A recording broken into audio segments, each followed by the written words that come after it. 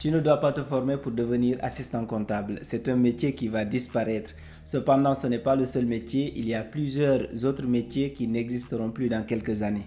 Dans cette vidéo, je vais te partager 3 métiers qui vont disparaître, mais surtout, car c'est le plus important, je vais te partager des alternatives afin de t'éviter de te retrouver au chômage avec ton diplôme. Comme annoncé dans l'intro, le premier métier de cette liste de métiers qui vont disparaître est celui d'assistant comptable. L'assistant comptable réalise les tâches de base de la comptabilité, c'est lui qui reçoit et traite les factures des fournisseurs, envoie les paiements et les virements, gère les impayés également. Il participe aussi au montage des comptes annuels. L'assistant comptable est différent du responsable comptable. C'est important de faire cette distinction car le responsable comptable réalise entre autres les états mensuels de l'entreprise, réalise les déclarations fiscales et sociales également. Aujourd'hui, toutes les tâches de l'assistant comptable peuvent être réalisées par les systèmes d'information. Si je prends l'exemple de l'outil Sage Comptabilité, tu peux recevoir dans l'outil les factures, les enregistrer en quelques clics sans saisie manuelle et déclencher les ordres de virement automatique à partir de cet outil. Donc c'est un outil qui va entre guillemets remplacer l'homme, même si l'outil a besoin de l'assistance de l'homme pour fonctionner. Et bien évidemment, ce n'est pas le seul outil, il y en a d'autres. D'ailleurs, je te donnerai d'autres exemples dans cette vidéo. Tu comprendras ce que sont les systèmes d'information et les outils de référence dans ce domaine. Si tu souhaites travailler dans la comptabilité, donc évite de te former pour devenir assistant comptable. Vise plutôt des formations pour savoir gérer les systèmes d'information comptable ou pour devenir responsable comptable. Soit tu te spécialises dans l'utilisation des outils, soit tu te spécialises dans le paramétrage et la maintenance de ces outils. En te formant dans les systèmes d'information, il y a des formations dédiées à ce sujet. Dans cette liste de métiers qui vont disparaître, il y a également le métier de chargé de recrutement. Pourquoi tu ne dois pas te former pour devenir chargé de recrutement? Tout d'abord, le chargé de recrutement exerce des activités dans les PME en forte croissance qui emploient beaucoup de personnes, des cabinets de recrutement également ou des sociétés d'intérim. Il a la charge d'appliquer la politique de recrutement de son employeur ou de recruter pour ses clients. Ainsi, il doit déterminer avec l'accord de la direction les postes à pourvoir et trouver des personnes adéquates pour ces postes. Et si tu divises le processus de recrutement en 2 parties, tu as la partie sélection de CV et la partie entretien. Pour ce qui est de la sélection des CV, il existe aujourd'hui des outils qui sélectionnent et qui éliminent des CV automatiquement sans l'aide d'un être humain. Juste à partir du CV, tu le mets dans l'outil et l'outil procède à la sélection ou à l'élimination. Certains de ces outils sont paramétrés pour rechercher certains mots-clés dans le CV et s'ils ne le trouvent pas, ils procèdent directement à leurs éliminations. C'est la raison pour laquelle dans ma vidéo sur la rédaction de CV, tu verras le lien dans la description si tu n'as pas encore vu la vidéo. J'explique qu'il faut adapter ton CV pour chaque offre d'emploi à laquelle tu postules. Si tu envoies à chaque fois le même CV pour toutes les offres d'emploi auxquelles tu postules, tu risques d'être éliminé par l'algorithme. Dans le processus de recrutement, tu as également la partie entretien. Bientôt, celui-ci sera géré par des machines ou des humains assistés par des robots intelligents. D'ailleurs, il existe aujourd'hui des machines qui sont bien meilleures que l'homme parce qu'ils sont focalisés sur des notions objectives et sur des faits. Aujourd'hui, quand tu passes un entretien, le recruteur peut être influencé par tes émotions à cause de ton histoire pour prendre ses décisions. Sache qu'il existe des robots qui peuvent enregistrer les expressions des visages des candidats pendant l'entretien d'embauche. Ils sont capables de capter les réponses verbales et émotionnelles des candidats, de les analyser et d'en tirer des conclusions. Alors, ça ne veut pas dire que dans tout le processus de recrutement, il y aura des machines à la place des humains. Ça veut dire tout simplement qu'il y aura de moins en moins d'activités humaines dans ce processus. Il y aura de plus en plus l'utilisation de ces outils. Et qui dit l'utilisation de ces outils, dit moins de postes à pourvoir dans ce métier. Par exemple, dans une entreprise, s'ils avaient besoin de 5 personnes pour gérer le processus de recrutement, avec l'utilisation de ces outils, de ces machines, de ces algorithmes, tu les appelles comme tu veux, ils auront besoin d'une seule personne. La personne va venir en amont paramétrer les machines ou l'outil en fonction de son besoin. Ensuite, intervenir en aval pour analyser et intervenir dans le processus de recrutement. Ils n'auront pas besoin de 5 personnes qui vont faire passer plusieurs entretiens aux différents candidats. Donc, c'est important que tu retiennes cela. Ça ne veut pas dire que tout le processus, ça sera, tu vas le passer devant un PC, devant un ordinateur, devant une intelligence artificielle. Ça veut tout simplement dire que désormais, l'être humain sera aidé par des outils par de l'intelligence artificielle. Et en conséquence, ils n'auront plus besoin d'autant de personnes pour gérer les recrutements dans les entreprises. Pour ce métier également, mieux vaut te spécialiser dans la gestion de ces outils et machines, soit en te spécialisant dans les systèmes d'information, soit en devenant spécialiste d'un de ces outils ou machines. Ça te permettra de trouver un emploi facilement. Le troisième métier de cette liste qui va disparaître, il va te surprendre car il s'agit de celui de banquier. Pourquoi le métier de banquier va disparaître? Quand je parle de banquier, je parle des métiers dans les agences bancaires comme la réception des clients pour des opérations bancaires, du conseil, etc.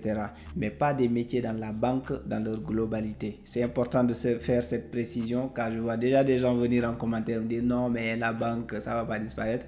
Dans cette vidéo, je te montre que les banques sont en train de changer. Mais tu le comprendras avec mon explication qui va arriver dans mon exemple. Pour aller dans le vif du sujet, ces métiers dans les agences bancaires sont en train de disparaître dès aujourd'hui. Ce n'est pas quelque chose qui va arriver dans quelques années ou dans quelques mois. C'est quelque chose qui est déjà là avec l'avènement des banques en ligne. Si tu ne sais pas ce que c'est, je vais t'expliquer en détail. Afin de faciliter le quotidien des consommateurs, les établissements bancaires se tournent vers le web.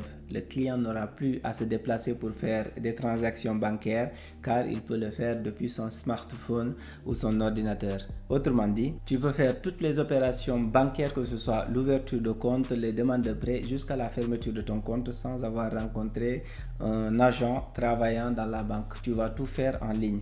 L'avantage de ce type de banque, c'est qu'elles ont des frais bancaires faibles. Ce sont des banques qui existent aujourd'hui. Peut-être pas beaucoup en Afrique, mais en Europe, il y en a beaucoup. Et aux États-Unis également, il y en a beaucoup. En France, par exemple, il y a plus de 5 banques ou peut-être 10 banques en ligne qui existent, qui ont des frais bancaires nuls, car elles n'ont pas d'agence bancaire. Donc, le fait de ne pas avoir une agence bancaire, ça fait que la banque ne paye pas un loyer, ne paye pas des gens pour travailler dans l'agence bancaire. Et donc, la banque peut réduire ses frais, car elle a moins de dépenses. Ce qui fait que toi, quand tu ouvres un compte là-bas, tu ne vas pas rencontrer une personne. Moi, par exemple, dans ma banque, je n'ai jamais rencontré quelqu'un qui travaille dans ma banque, par exemple. J'ai tout fait en ligne, j'ai ouvert mon compte en ligne, je gère mes comptes en ligne. Je n'ai jamais rencontré quelqu'un. Cela montre tout simplement que les métiers dans les agences bancaires, les métiers sont voués à disparaître. Et ces métiers-là sont en train de disparaître dès aujourd'hui. Ce n'est pas quelque chose qui va arriver dans l'avenir. Si tu souhaites travailler dans une banque, évite donc dans un premier temps de te former pour travailler dans une agence bancaire en tant que conseiller. Privilégie les métiers comme celui de chargé d'études, analyste des risques, gestionnaire de passifs actifs, etc. Si tu veux plus de détails, j'ai fait une vidéo dédiée sur les métiers de la banque. Le lien est dans la description. Tu auras assez d'éléments pour comprendre les métiers vers lesquels tu dois aller, les métiers vers lesquels tu dois te former. Maintenant que je t'ai parlé des métiers qui vont disparaître, tu dois te poser la question du pourquoi, quelles sont les causes, qu'est-ce qui va impacter ces métiers, mais aussi qu'est-ce qui va bouleverser nos modes de vie à ce point-là. La première cause existe depuis plusieurs années déjà. Il s'agit des systèmes d'information. Je t'ai demandé tantôt de te former dans les systèmes d'information. Mais je vais t'expliquer en détail c'est quoi un système d'information. Pour faire simple, c'est un ensemble de ressources et de dispositifs permettant de collecter, de stocker, de traiter et de diffuser les informations nécessaires au fonctionnement d'une organisation. Si tu n'as toujours pas compris ce que c'est qu'un système d'information, voici un exemple. Dans une entreprise, tu as plusieurs services. Tu as la comptabilité, la finance, les services achats, les ressources humaines, etc. Tous ces services doivent partager de l'information pour faire fonctionner l'organisation. Par exemple, le service gestion des stocks, dès que le stock d'un produit atteint des seuils bas, le service stock déclenche une alerte automatique vers le service achat qui va déclencher le processus d'approvisionnement. Et à partir du processus d'achat, le service financier, lui, va se charger de déclencher un paiement vers les fournisseurs, ce qui va faire que l'entreprise va s'approvisionner de façon automatique à travers les informations qui ont été partagées via le système d'information. Donc, le système d'information permet de centraliser toutes ces fonctions au sein d'un seul outil informatique. L'un des outils les plus connus des systèmes d'information est SAP. Tu peux passer des certifications dans les différents modules de SAP pour devenir un expert reconnu.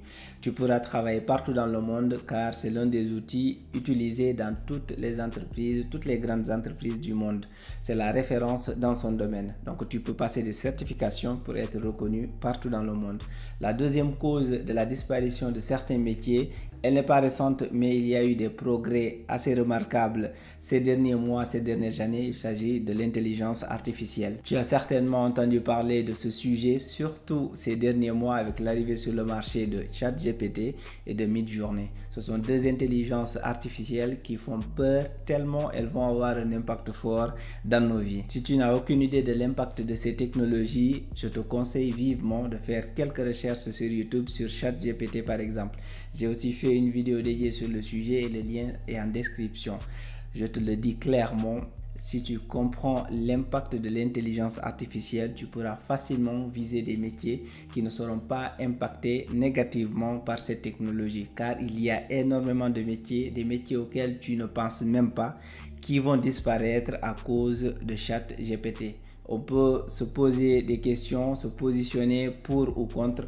La réalité, elle est là, c'est que cet outil ou ces technologies vont bouleverser nos modes de vie. Et c'est en train d'arriver, c'est déjà là, mais au fur et à mesure, dans les prochaines années, on verra des changements drastiques dans nos modes de travail, nos modes de vie à cause de ces technologies. En résumé, ce que tu dois retenir, c'est que la période où, avec n'importe quelle formation, tu trouves un emploi systématiquement après ton diplôme est révolue. Aujourd'hui, avant de te former, tu dois absolument vérifier si la formation que tu es en train de suivre te conduira vers un métier qui t'ouvrira les portes du marché de l'emploi. Malheureusement, beaucoup de formations qui sont dispensées dans les universités et les écoles de formation professionnelle n'offrent plus autant de perspectives professionnelles.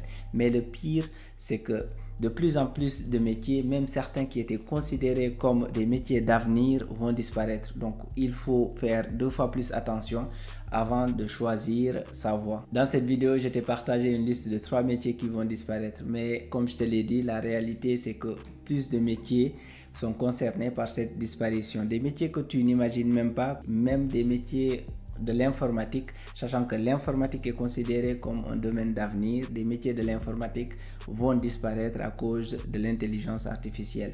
J'espère que cette vidéo t'a plu et qu'elle te sera utile. N'hésite pas à poser tes questions en commentaire et à me dire ce que tu penses des métiers de cette liste. N'oublie pas non plus de t'abonner et de liker pour me soutenir. Merci et à très bientôt.